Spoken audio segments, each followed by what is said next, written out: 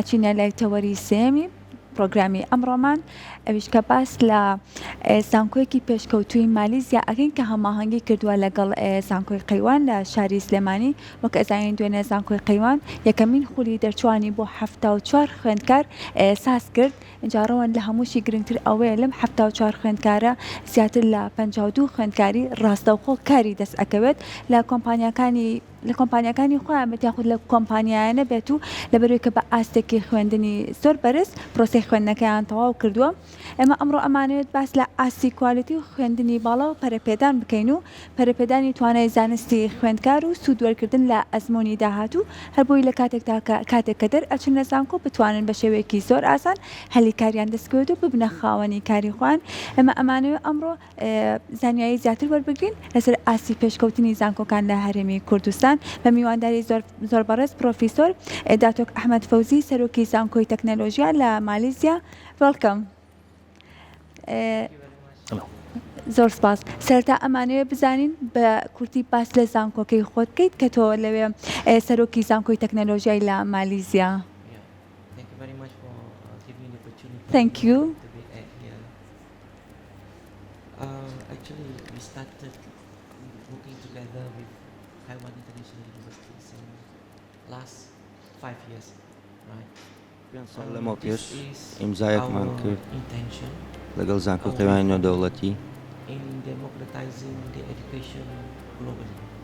بۆی خوێندن و زانست لە وڵاتەکەمان بکەین بە نێودەوڵەتیش بە هاوبەشی لەگەڵیانە وڵای بکەینەوە لەگەڵیان With the people in Kurdistan or Iraq generally, بە تایبەتی لەگەڵ ئەو when we work کەسانی کە لە کوردستانن و عێراق بە شێوەیەکی گشتی QIU, we wish in the future, inshallah, we will have the opportunity to train لەگەڵ زانکۆی قەیوانی نێودەوڵەتی ئەو دەرفەتە هەیە کە بتوانین خوێندکارەکانی دەرچووی ئەوێ so that, خاوەنی بڕواننامەی ئێرە بن لە کوردستان و عێراق inshallah, و ترێنینگیان پێ بکەین و پێشەیان پێ بکەین و مەشقیان پێ بکەین. بەڵێ گرنگی ئەم پەیوەندیە چییە لە زانکۆی تەکنەلۆژی مالیزیا هەروەها لەگەڵ زانکۆی نێودەوڵەتی قەیوانە و ئەم هەماهەنگیە چۆن کە دروست بووە گرنگەکەی چیە لە ئێستادا کە ئەم پەیوەندیەتان دروست کردووە؟ MOU is very important. Just like لێک تێگەشتن زۆر گرنگە human being, MOU means engagement. واتە لێک تێگەشتن و هەماهەنگی بۆ یەکتر ناسین. The main criteria is خاڵە سەرەکی لێک تێگەشتن ئەوەیە کە بتوانین هاوکاریەک بین و بێکەوە کار بکەین in addition to بەدەر that, لە جیاوازی کەلتوریش we wish to establish an impactful outcome. بۆی بتوانین دامەزراندنێک دابنین و ڕێک بخەین Countries, کە سەرکەوتوو بێت بۆ هەردوو وڵاتەکە student that you're going و to. ئەو خوێندکارانی کە سوودمەند دەبن. Now, coming back to this, ئەگەر بگەڕێنەوە بۆ لێک تێگەشتنەکە a student, توانین خوێندکارێک دروستکەین بەرهەمێک دروستکەین کە بەرهەمەکەش but a talent خوێندکارە that can be sought after by the industry. و ئەو خوێندکارانە ئامادە بکرێن QIU, بۆ مەشقی working پراکتیکی together with UTN, produce a very impactful بە هەماهەنگی لە نێوان QIU زانکۆی قەیوانی نێودەوڵەتی و زانکۆی تەکنۆلۆژی مالیزی بەیەکەوە ئامانجەکانیان دیاری کردووە بۆی student بتوانن خوێندکارەکان بەرهەم بهێنن بە شێوازێک percentage. The graduate student being employed. کە بە شێوازێک ئامادە بکرێن کە ڕێژەیەکی زۆرینەیان هەلی کاریان دەست بکەوێت دەست بەجێ لەگەڵ تەخەڕوژیان و بەدەستێنانی بڕوانامەکە. لە سەتا هەفتا و چواری خوێندکارانی دوێنێ کە بڕوانامەیان پێبەخشرا هەلی کاریان بەدەستهێناوە و لە چوونە جیاوازەکان دامەزراون. ماشاءڵڵا ئەمە ڕێژەیەکی زۆر سەرکەوتووە کە یەکەم وەزبەی دەرچوونە و هەڵی کاریان بەدەستهێناوە. و لە زانکۆکەمان لە مالیزیا لە مین کامپاسی UTM لە ١٩ ڕێژەی ئەو دەرچوانەیە کە هەڵی کاریان دەسەکەن. ئەمانش هەمووی دەستکەوتی MOU-کەیە و ئەو لێک تێگەشتنەیە و جێبەجێکردنی زۆر باشە. ڕێنماییەکان.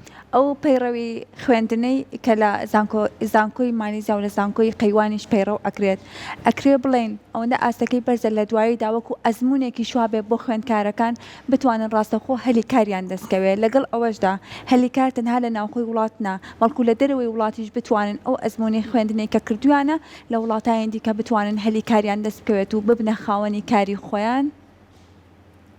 Very good question. پرسیارێکی زۆر جوانە. UTM زانکۆی تەکنەلۆژی مالیزی of syllabus کواڵیتیەکەی و ئەو بابەتانەی کە ئەخوێنرێتەوە بۆ وانەوتنەوە و وانەکان دیاری کراوە بۆ شێوازێکدانراوە کە لە هەموو جیهاندا دامپیانراو بێت و ناسراو بێت.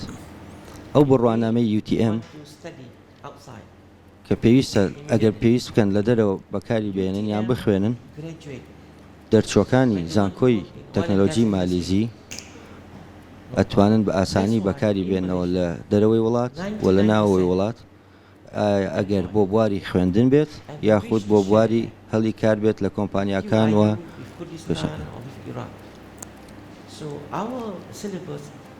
واتە ئەو بابەتانەی کە دیاری کراوە و ئەخوێنرێت ئەو منهەجانەی کە ڕێک خراوە لەلایەن زانکۆی UTM هەمووی دامپیادانانی هەیە و هەمووی بڕوانامەی پەسەندکردنی هەیە کە های کواڵیتیە کواڵیتیەکی بەرزە و هەموو جێبەجێەکەن.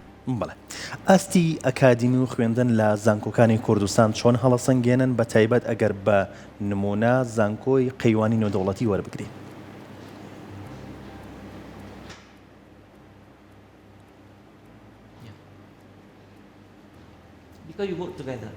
چونکە ئێمە بێکەوە هەماهەنگیەکەین و کارەکەین واتە ئێمە دوو بەشین کۆکراوینەتەوە بەیەکەوە زانکۆی تەکنەلۆژی مالیزی وە کواڵیتیەکەی زانکۆی تەکنەلۆژی مالیزی پێڕەو ئەکرێت وە کواڵیتی زانکۆی قەیوانی نێودەوڵەتیش بەیەکەوە واتە ئەمە بەهێزتری ئەکا کواڵیتیەکەی بەیەکەوە لە نزیکەوە بتوانین هەماهەنگی بکەین و دوێنێ یەکەمین دەستکەوتمان بوو وەکو هەموو بەڕێزان بینیان کە خوێندکاران کە سوکاری خوێندکاران وتارەکان کە چەندێک بەهێز بووە و چەندێک پاڵپشتی ئەو کواڵیتی و ئەو خوێندکارانە و ئەو زانکۆیە بۆ کە لێرە هەیە و دوێنێش بە خۆشحاڵی توانیمان کە هەڵی ڕاگەیاندنی سکۆلەرشیپ و خوێندکارێکەکەمەکان ڕابگەینین کە بتوانن بێن بۆ مالیزیا گەشە بە خوێندنیان بن بۆ ماستەر و دکتۆرا بۆ سێ خوێندکارەکەی یەکەمەکەی زانکۆی قەیوان ئەمیش دەستکەوتێکە لە کواڵیتی واتە دڵنیان لە کواڵیتی. وەک ئەزاین دوێنێکە ئاهەنگی دەرچوونەکەیان بوون بەڕێزیشتان ئامادە بوون لە ئاهەنگی یەکەمین خولی دەرچوونی زانکۆی قەیوان تا چەند دڵخۆش بوو لەوەی کە هەماهەنگیتان لەگەڵ زانکۆیەک وەکو زانکۆی قەیوانی نێودەوڵەتی کردووە کاتێک کە خوێندکارەکانتان بینی لەوێ لە کۆتاییدا یەکەمین خولی دەرچوونتان بینی. دڵنیاییەوە زۆر خۆشحاڵ بووین من وە تیمەکەی یاوەرم کە لەگەڵ مەهاتوون ئەو شاندەی لەگەڵما لە مالیزیاوە هاتوین زۆر سەربەرزین کە زانکۆی تەکنەلۆژی مالیزی هەڵبژێراوە کە ببێت بە هاوبەشێک لەگەڵ زانکۆیەک لێرە لە کوردستان و بە تایبەتی و لە عێراق بەگشتی واتە دوێنێ یەکەم دەستکەوتی ئەو بەرهەمە بووە کە چەندێکە ئیشی لەسەرەکەین ئەو کواڵیتی ستانداردەی ئیشمان لەسەر کردووە بۆ ماوەی چەندین ساڵە واتە ئەمە دەستکەوتێکی مالیزیا و عێراق و کوردستانە کە بتوانین ئەو خوێندکارانە ڕابگەینین بیانگەنینەوە ئاستەی کە یەکەم خولی دەرچوانمان هەبێت. بەڵێ ئەم هەماهەنگی کە لە نێوان زانکۆی تەکنەلۆژی مالیزی و لەگەڵ زانکۆی نێودەوڵەتی قەیوانە هەیە لە ئێستادا لەم ئاستەیە بەڵام بۆ داهاتوو پلانتان چییە تا هەنگاوی باشتر بنێن و کاری باشتر بکەن لە هەردوو زانکۆکە بەیەکەوە. پرسیارێکی زۆر جوانە ئێمە ئاواتە خوازین کە بتوانین گەشەی پێ بکەین ئەو هەماهەنگی لە بینمانە هەیە لە ئێستاە تەنها بڕوانامەی بەکەلۆریۆس هەیە بەڵام لە کاتێکی نزیکدا کار لەسەر ئەوواکەین کە بتوانین خوێندنی ماستەر خوێندنی دکتۆرا خوێندنی پرۆفیشنال واتە خولی ڕاگەیاندن خولی هەماهەنگی خولی مەشقیان بۆ بکەینەوە بتوانین لەگەڵ خوێندنی باڵایە لە زانکۆی قەیوانی نێودەوڵەتی جێ بکەینەوە بتوانین ناویان تۆمار بکەن ئایا وەکو خوێندکار بێ یاخود وەکو کەسێک بێت کە پێویستی بە بڕوانامەیەک بێ ئاستبەرز بێت بۆ ئەو خولی ڕاهێنانی کە هەیە.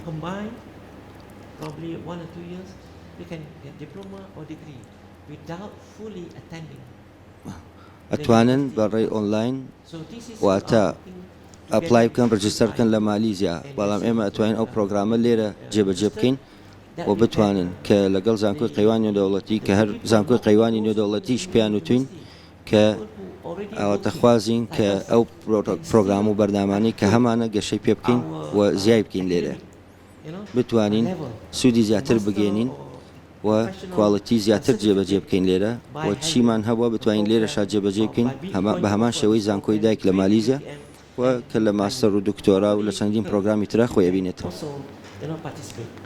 و ئێوەش دەتوانن بەشداری بکەن. ئێمە کاتێک کە باس لە کواڵەتی خوێندن ئەکەین لەگەڵ ئەوەی کە پەیڕەوی ئاستی خوێندنێکی باش پەیڕەوی پرۆگرامێکی باش چەند گرنگە لەگەڵەوەشدا هەمیشە ئاسی پرۆفیسۆرەکانیش ئاسی ئەو دکتۆرانەی کە لەو زانکۆیە خوێندوانەکان ئەڵێنەوە زۆر گرنگە. ئێوە تا چەند گرنگیتان بەوە داوە ئەوانەی ئەو مامۆستایانەی ئەو پرۆفیسۆرانەی کە لەم زانکۆیە وانە ئەڵێنەوانێ دڵنیا بنەوەی کەسانی ئەکادیمین و ئاستێکی بەرزیان هەیە لە وانەوتنەوەدا. Another good question. We are very particular. ئێمە زۆر دیاریکراوین و زۆر خاڵەکانمان دیاری کردووە سەبارەت بەو خاڵانەی کە کواڵەتی مامۆساکە دیاریەکات و کواڵەتی ئەو ئامێر و ئامازەی ئەمرازەی کە بەکاری ئەهێنن بۆ دڵنیابوونەوە لە کواڵەتی خوێندن کە بۆ خوێندکار ئامادەکرێت کە ئابێ مامۆستا بەشێکەکەی بۆ پێدانی زانیاریەکان بۆ ئێمە هاتین بۆ زانکۆی قەیوانی نێودەوڵەتی ئەو مامۆستایانەی بۆ ئەکادیمیانەی کە لە زانکۆی قەیوانی نێودەوڵەتیش هەیە ئێمە ئەتوانین بیان بین بۆ مالیزیا بۆی ببینین کە لەوێ چۆن دڵنیایی جۆری و کواڵەتی خوێندن جێبەجێ ئەکرێت بتوانین ڕاهێنانیان بۆ ئامادە بکەین بۆی کواڵەتیەکان بەهێز بکەین. ئەو ئەمرازەی کە ئامادەکراوە لەلایەن قەیوانەوە دەرەجەیەکە و سەرکەوتووە بۆ کواڵەتی. زۆر باشە. ئەمە هیچ شتێکمان نەماوە زۆر خۆشحاڵ بووین کە ئەمڕۆ لێرە ئامادە بووی ئەگەر تۆ کۆتاشتت ما بێ بڵێ کەسە لە کوردستانی ئەگەر کۆتاشتت هەبێ پێمان بڵێیت ئێمە سپاس ئەەکەین. ئەمە یەکەم جارمە کە لە سولەیمانی بم وە کوردستان زۆر خۆشحاڵم خەڵکەکانی ئێرە زۆر هاوکارن زۆر ڕووخۆشن ئەوەتەخوازم کە کوردستان و زانکۆی قەیوانی نێودەوڵەتی کە سەرکەوتوو بێ و بەردەوام بێت و بەشداری بێت لە پێشخستن و سەرکەوتنی شارەکە و وڵاتەکە کە ئەویش بەپێی ئەو بەرهەمانی کە لە زانکۆکەمان و زانکۆی قەیوانی نێودەوڵەتی ئەخرێنە هەڵی کار و بازاڕ. زۆر سپاس ئێمە زۆر خۆشحاڵ بووین بۆ ئامادەبوون زۆر سپاس بۆ زانیاریەکانە دووبارە سپاس دەکەین.